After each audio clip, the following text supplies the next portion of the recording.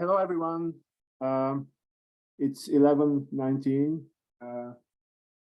according to my my time here, Eastern Time, US. But I'm just going to get started, even though it's just one minute earlier. My name is Dimiter Angelov, and I'm professor of Byzantine history at Harvard. I would like to remind our virtual audience to please mute your mics. And as you follow Professor Mishkova's presentation, please post your questions in the Q&A box. I'll be keeping track of the questions, which is one of my roles, reading them and moderating the discussion, and I may have some of my own questions. We shall not be accepting live questions from the participants, as you probably know, which is one of the peculiarities of the format. Without any delay, let me present to you Diana Mishkova, who is a professor of history and academic director of the Center for Advanced Study in Sofia, in addition to being a foreign corresponding member of the Austrian Academy of Sciences. Professor Mishkova's book, Rival Byzantiums, Empire and Identity in Southeastern Europe, which appeared from Cambridge University Press in late 2022, is related to her long-standing interests in national historiographies in Southeastern Europe, in the Balkans, and in the construction of master historical narratives in different Southeast European countries. She is the author of Domestication of Freedom, a Modernity and Legitimacy in Romania and Serbia, which was published in Bulgarian in Sofia in 2001. And she's the author of the highly acclaimed Beyond Byzantinism, the Scholarly Politics of Region Making, which was published by Routledge in 2018. Professor Mishkova is also one of the authors and editors of the 4-volume Entangled Histories of the Balkans, which was published by Brill between 2013 and 2017. The most recent book, which is why we are here today, the 2022 Rival Byzantiums, Empire and Identity in Southeastern Europe, is, in my view, a magisterial and also highly interpretative introduction into the historiography of Byzantine studies in Greece, Bulgaria, Serbia, Romania, and Turkey, with the focus lying on the views of Byzantium in the emergence of what we can call grand national historical narratives since the time of the national awakening in these 5 countries. And in particular, it is based on academic discourses and on the view of individual historians who worked on Byzantium or touched upon Byzantium in the 19th and the 20th centuries. There is so much to discover in this book, which is written with great erudition by a scholar from one of these 5 countries, who comes from outside of the field of Byzantine studies. Professor Mishkova works on modern Balkan history and historiography, a scholar who has made great effort, that has taken the trouble really to read the work of an entire range of Greek, Bulgarian, Serbian, Romanian, and Turkish historians of Byzantium, historians who all have been seminal in creating national historical narratives that are still with us today. For those of you who live outside of Southeastern Europe, don't read more than one or indeed any of the languages, this book will not only be a great discovery, but also a basic work of reference for the future. For professional Byzantinists, which I would expect our audience today to mostly consist of, this book raises many and timely questions about the history of the field in these Balkan countries and why the Byzantium that we find in one country is so different from Byzantium in another. What particularly interested me when reading Professor Mishkova's book is the coexistence of overarching and multiple parallels in the development of different national historiographies against the background of so many nation-specific divergences. So without any delay, I cede the floor, so to speak, Professor Mishkova. Thank you very much, Dimiter. Thank you, Professor Angelov. I'm very grateful for this generous introduction, but also for the opportunity to present my book at this forum. All the more so as you said, I'm not a Byzantinist, not even a medievalist, but a historian of the modern and contemporary Southeastern Europe, who had been reckless enough, who had this reckless idea to take up such a project. That said, indeed, the subject of my book is not historiography of Byzantine studies. It does not provide a look from the inside onto the discipline with the aim to interrogate its themes, its methods and approaches. The book is an exploration of the ways these studies have permeated the national historiographies of the modern Balkan successor states to the empire: Greece, Bulgaria, Serbia, Romania, and Turkey. Put another way, it explores how the national historians have operated with the topos of Byzantium, and how in doing so they have been shaping the national canons of history in these countries from the Enlightenment to the present day. Because the historiographical eras around which the book is organized are pre-Enlightenment and Enlightenment perspectives. The Romantic era, the late 19th century turn towards scientific or critical historiography, and the institutionalization of Byzantine studies at that same time, the interwar period, and the post-Second World War and post-1989 narrations. Obviously, we are not talking here of neatly ordered entities, nor clearly defined and separated formations, but rather of overlapping and crisscrossings between these epochs. Nevertheless, we can see sometimes very gradual semantic and discursive shifts or crisis of representations across these different chronological epochs, well, historiographical epochs. As far as I see it, this means locating the premises and the impact of Byzantine studies in a larger epistemological, methodological, and academic context, one that engages critically with particular national viewpoints or schools. It also means divulging the national stakes of Byzantine studies, how it partakes or does not partake in changing the understanding and writing of history, of national history in particular. Balkan Byzantinists are latecomers to the interpretation of Byzantium. For most of the time, since the 19th century, the representations of the empire and the assessments of its role and legacy were the remit of the national historians, who put these representations in the service of weaving the master national historical narratives or contesting the narratives of the neighbors.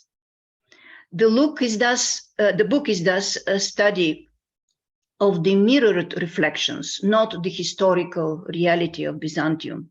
These reflections are also historical facts, but they belong less to the history of the Byzantine Empire than to that of modern historiography.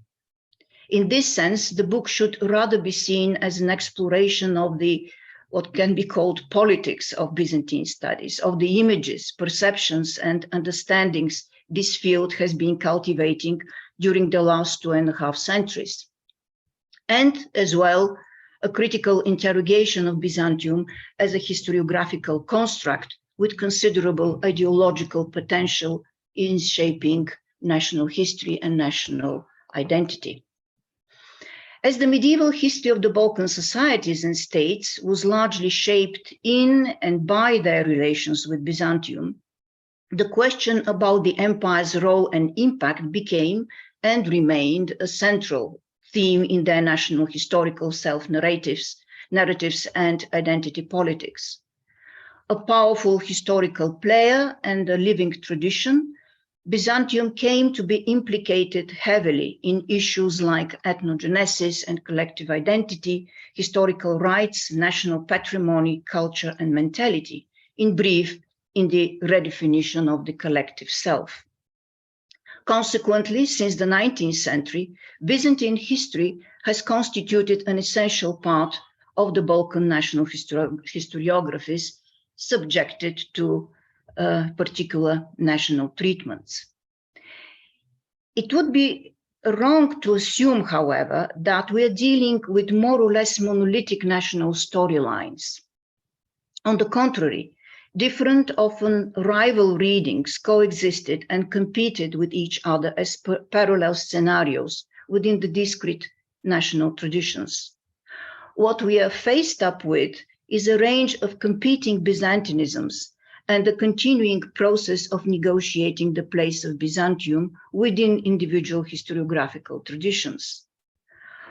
Following the driving forces behind and the negotiation between these competing interpretations was one of the most fascinating aspects of my work on the book. Changing political and intellectual contexts and agendas were in large measure responsible for the paradigm shifts within the individual historiographies. The respective national canons of history display dissimilar dynamics in this respect. Put briefly, following the shift from the schema of revival to that of continuity in the 19th century, the Greek master narrative underwent no major changes, but fleshing out, so to say, fleshing out and expansion by gradually incorporating new spheres like everyday life, law, art, literature, etc. In Turkey, after the Kemalist revolution, the confrontation between those allowing for some Byzantine influence and those rejecting it altogether has been uneven enough to guarantee the continued dominance of the latter camp. In Bulgaria, the canon was relatively stable until after the Second World War, when a gradual but expanding shift began from confrontation with to repossession of Byzantium, captured by the concept of Byzantino-Slavic culture. In Serbia and Romania, the dynamics unfurled primarily along the changing and politically contingent balance between Eastern and Western influences and the varying assessments of periods considered central to the master narrative. Stefan Dušan's empire in the Serbian case and the first centuries of the principalities of Wallachia and Moldavia in the Romanian case. The fact that in all these cases, Byzantium was used to produce alternative views of the past and the present and alternative national self-narrations lays bare its potency as an ideological topos in the national master narratives. It is at the same time remarkable, and this has been another intriguing route to follow, that these often warring national images were formed in constant dialogue and interaction with each other. Rivalry and cross-fertilization between historiographical schools were two closely related processes. The competition between Greeks and Slavs, Bulgarians and Romanians, Greeks and Turks over ethnic predominance and imperial contribution was a recurring one, which stoked the flames of historiographic wars, but also impelled constant vigilance in countering the claims staked by the rival historiographies. The Bulgarian narrative is thus inconceivable outside its competition with the Greek one, and the Romanian without its disputes with the Bulgarian. The Serbian and the Turkish scenarios drew on their neighbors' imperial narrations by featuring, respectively, Stefan Dušan's empire and the Ottoman Empire as both major rivals of Byzantium and the superior, fresh, and vibrant recipients of its power or legacy. Western perceptions of Byzantium, which were themselves ambivalent, treating it as both part of European civilization and its cultural opposite, partook with different force at different times in the formation of local images. Western Phil-Hellenic thought was decisive for the original estrangement of the Greeks from their Byzantine past. So was Western Romanticism for the discovery of the Greek continuity via Byzantium, or the Russian and German Byzantinistics for the Bulgarian and Serbian Byzantine perceptions. Whereas the Turkish attitude was a direct riposte to foreign depreciations of the state-building capacity of the Turks. Yet, whether they reacted with deference or defiance to Western opinion, or manipulated that opinion, in all these cases, the local scholars sought to wrest control of their nation's past from foreign writers and assert their authority over the manner in which it was represented. Thereby, borrowed conceptions and interpretations were reconfigured to serve specific national needs.